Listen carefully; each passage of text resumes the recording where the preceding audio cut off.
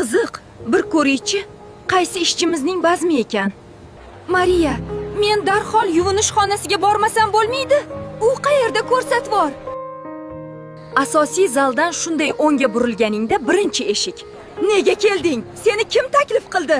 Usti boshingni qara, so'raganingda bironta kiyimlarimdan birini berardim.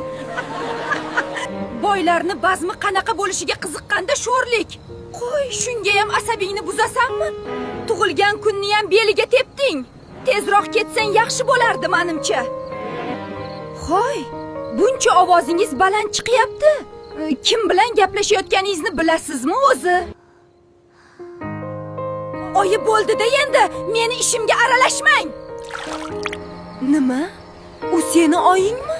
Xizmatchi demoqchi edim. Xijolat bo'lmang, Marta xonim. Hammasi joyida. Hurmatli o'quvchilar, shaharchamizning eng saxiy insonlaridan biri James Jack kollejimiz uchun $100,000 xayriya qildi. Biram saxiysiz, dadajon. Sizni juda yaxshi ko'raman. Yana bir qulay imkoniyat. Qo'ldan chiqaradigan ahmoq yo'q. Endi esa so'z navbatini kollejimizning eng oldi talabalaridan biri James Jackning qiziga beramiz. Ha, havasing kelyaptimi? Tuya hammomni orzu qilibdi. Voy, qara qanday baxtlimiz. Shunday boy dugonamiz bor. Endi butun kollejni bizga havasi keladi. Bu taklifni shaxsan o'zim bergan edim. Axir kollejimizga qo'shimcha qulayliklar yaratilsa, talabalar yanada zavq bilan ta'lim oladi. Dadajon, biram saxovatpesha insonsiz-a? Butun kollejda qilgan xayriyangiz shov-shuv bo'ldi o'zi ham. Buni sen yaxshi joyda tahsil olishingni xohlaganim uchun qildim, qizalog'im. Uni buni qo'y, qorning ham och qolgandir. Kecha hamkorlarim bilan bir zo'r restoranda uchrashgandik.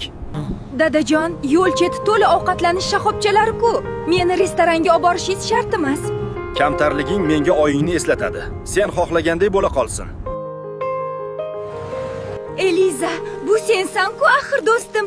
James Jackning haqiqiy qizi senmisan? Ko'zlarimga ishonmayman. Faqat bu sirni hech kimga aytmaslikka va'da ber.